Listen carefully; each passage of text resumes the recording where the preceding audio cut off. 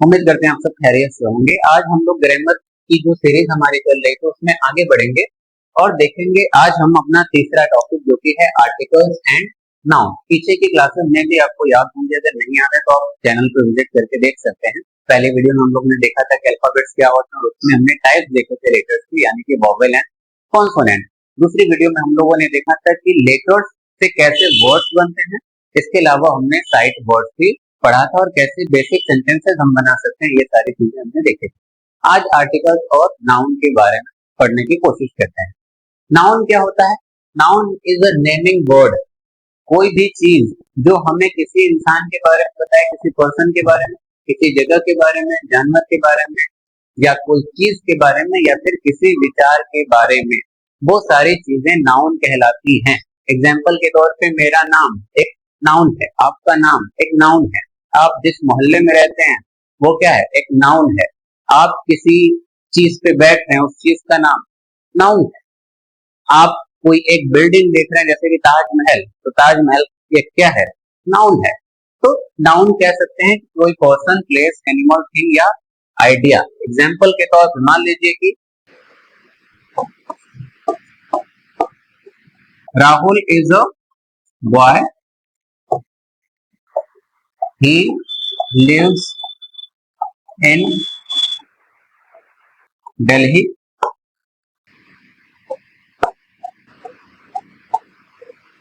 He bought a book after buying the book. He was very happy. या फिर ऐसे भी कह सकते हैं कि he felt happiness। ज्यादा भारी सेंटेंस लगेगा।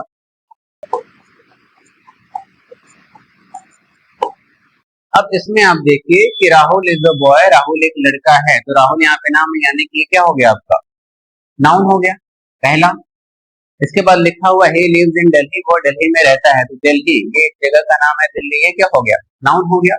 इसी तरीके से he bought a book, book आपका क्या हो गया? जो भी किताब रही हो, जो भी उसका नाम रहा, ये आपका नाउन हो गया। किताब खरीदने के बाद after buying the book he felt happiness, उसने खुशी का एहसास किया, खुशी उसने महसूस की। तो खुशी क्या हो गया? ये एक फीलिंग है, ये भी क्या हो गया? एक नाउन हो गया। तो इस वे में किसी भी इंसान, जगह, जानवर या कोई भी जीव जंतु है और कोई चीज हो या कोई आइडिया या कोई भी फीलिंग, उन सबको हम लोग क्या बोलते हैं? नाउन बोलते हैं। जो कई तरीके का हो सकता है, लेकिन हम लोग क्योंकि बेसिक अभी बस देख रहे हैं तो बेसिक के हिसाब से हम लोग कुछ इंपॉर्टेंट नाउन देख लेते हैं। पहला है प्रॉपर नाउन। अच्छा, प्रॉपर नाउन और कॉमन नाउन को दोनों को कनेक्ट करके हम लोग आसानी से समझ सकते हैं। कॉमन का मतलब, पहले कॉमन देख लेते हैं। कॉमन यानी कि कुछ भी आम जो है, जैसे मेरा नाम एक कॉमन नाउन है, कुछ खास बात नहीं है उसमें। ऐसे ही आप जैसे मऊ में हम लोग रह रहे हैं, तो मऊ कोई बहुत खास ऐसा शहर नहीं है कि आप कहीं पर भी जाइए और मऊ बताइए लोग समझ जाए। तो ऐसी जो भी आम चीज है उसका जो भी नाम रहेगा वो कॉमन नाउन कहलाता है। जैसे कि किसी भी लड़का या लड़की का नाम, किसी छोटे से शहर का नाम, या कोई आम नदी है उसका नाम हो गया। ये सब कॉमन नाउन है जिसके लिए कुछ खास एक अटेंशन की जरूरत नहीं पड़ती, या कोई बहुत रिनोन चीज नहीं है, बहुत फेमस चीज नहीं है। ऐसे ही किसी बहुत फेमस इंसान की बात होती है तो उसको हम लोग प्रॉपर नाउन के तौर पे कई बार देखते हैं। जैसे कि यहाँ पे लिखा हुआ है राम, जो कि हिंदू धर्म में भगवान राम, ये फेमस नाम है तो इसलिए ये प्रॉपर नाउन में आएगा। दिल्ली जो कि भारत की राजधानी है, तो ये क्या है? फेमस चीज है, तो इसको प्रॉपर नाउन में गिनेंगे।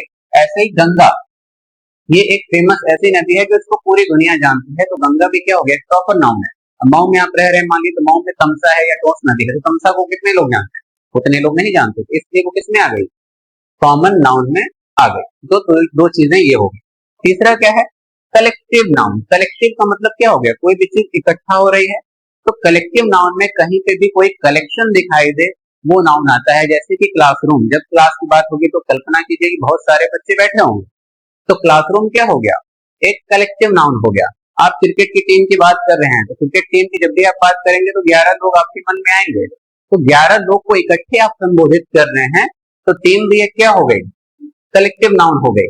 इसी तरीके से आप सेना की बात करिए, आर्मी की बात करिए, ये भी क्या है? कलेक्टिव नाउन है क्योंकि सेना में एक आदमी नहीं है, हजारों लाखों लोग उसमें हैं।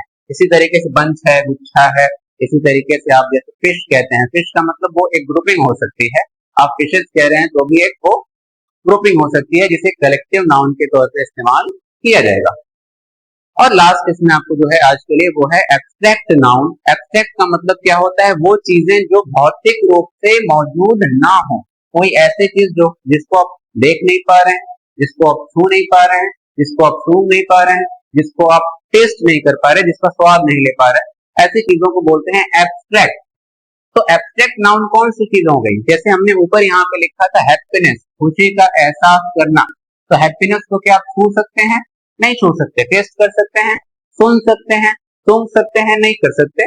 तो हैप्पीनेस क्या हो गया, एक एब्स्ट्रैक्ट नाउन हो गया। तो कोई भी क्वालिटी की बात हो, जैसे ईमानदारी की बात करिए तो ईमानदारी को छू सकते हैं, टेस्ट कर सकते हैं, नहीं कर सकते।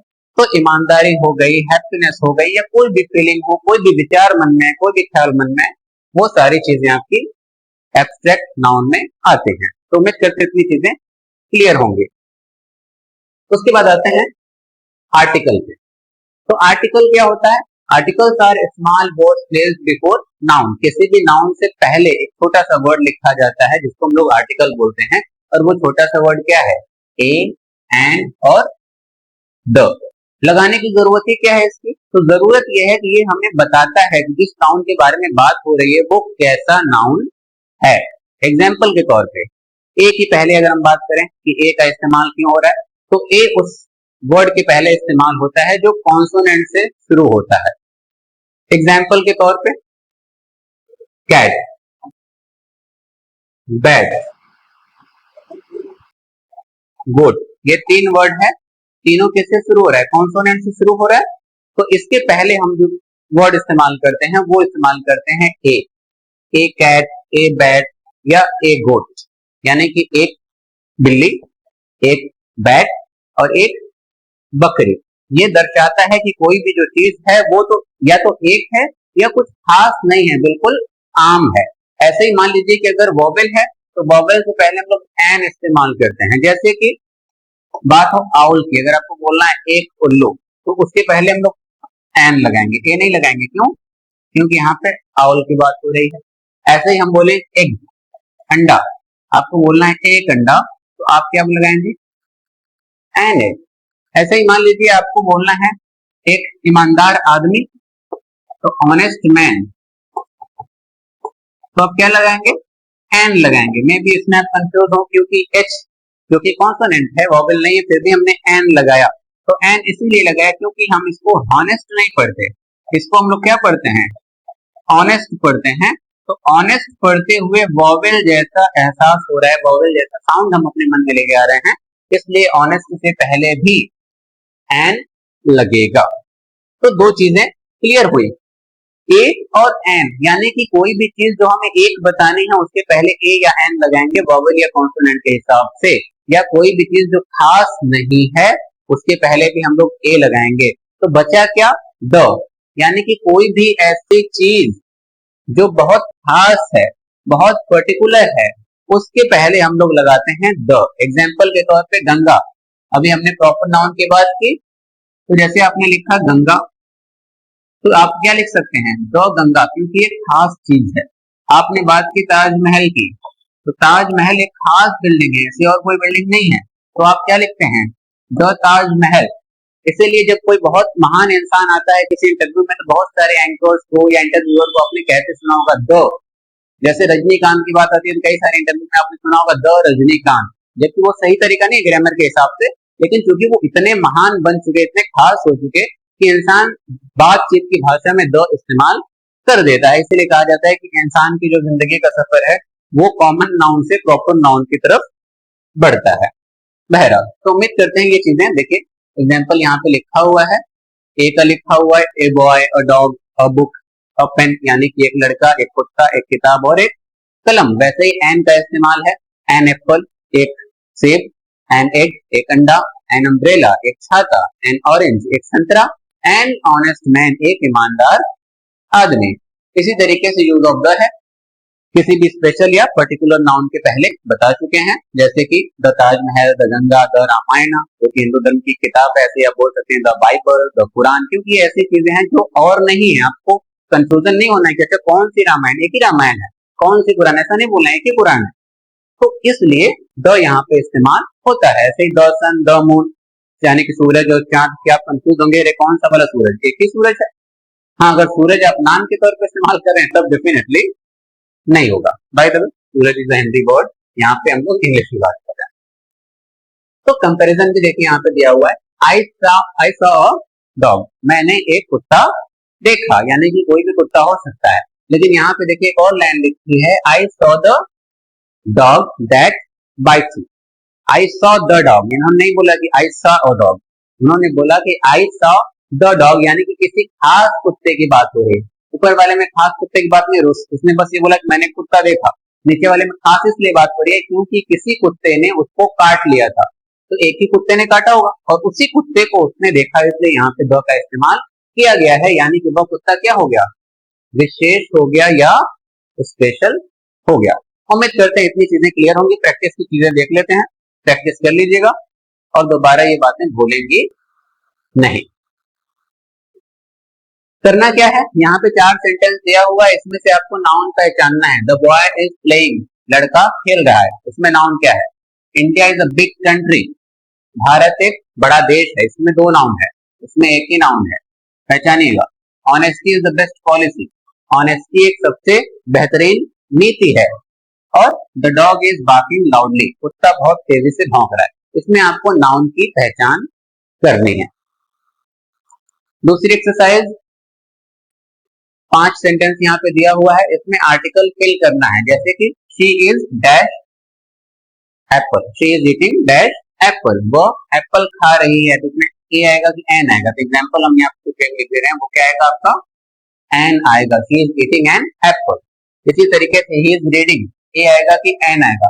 इसमें भी ही वेंट टू सी ताजमहल, तो इसके पहले क्या आएगा, ए आएगा, एन आएगा या द आएगा।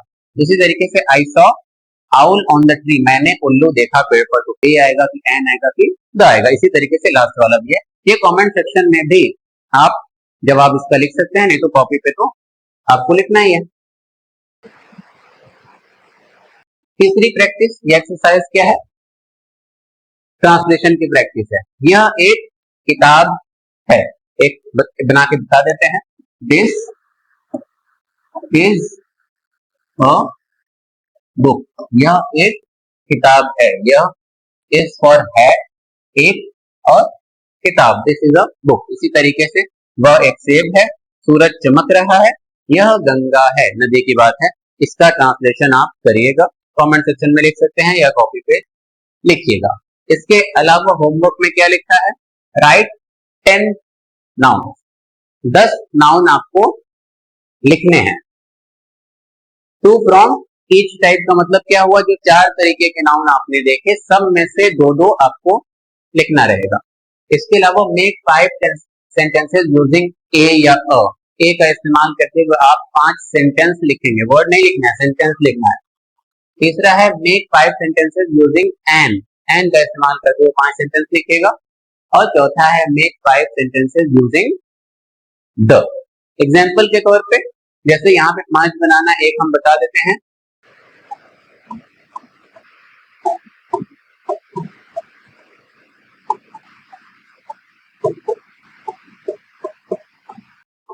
I saw a bird in the sky, मैंने आसमान में एक परिंदा देखा, इस्तेमाल हुआ ए का।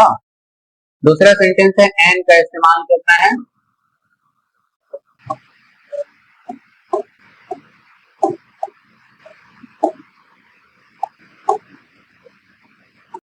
मैंने बारिश में छाते का इस्तेमाल किया, एक छाते का इस्तेमाल किया, एन का इस्तेमाल हुआ। और तीसरा है यूजिंग द,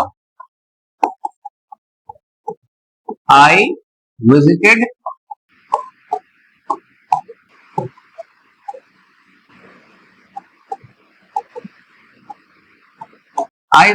हवा महल लास्ट ईयर। अब हवा महल क्या है, बिल्कुल एक आम सी मामूली सी चीज है नहीं है, तो इसका मतलब खास चीज है, तो हम लोग क्या करेंगे, आई विजिटेड द हवा महल लास्ट ईयर।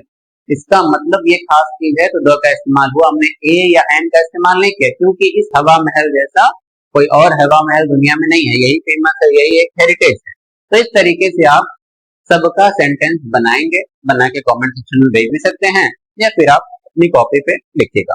तो आज के लिए इतना ही, उम्मीद करते हैं आपको पसंद आया होगा। कैसा लगता है आप कमेंट सेक्शन में बता सकते हैं। बाकी अगर पसंद आया तो अपने दोस्तों का शेयर भी करिए और चैनल को सब्सक्राइब भी करिएगा। Thank you.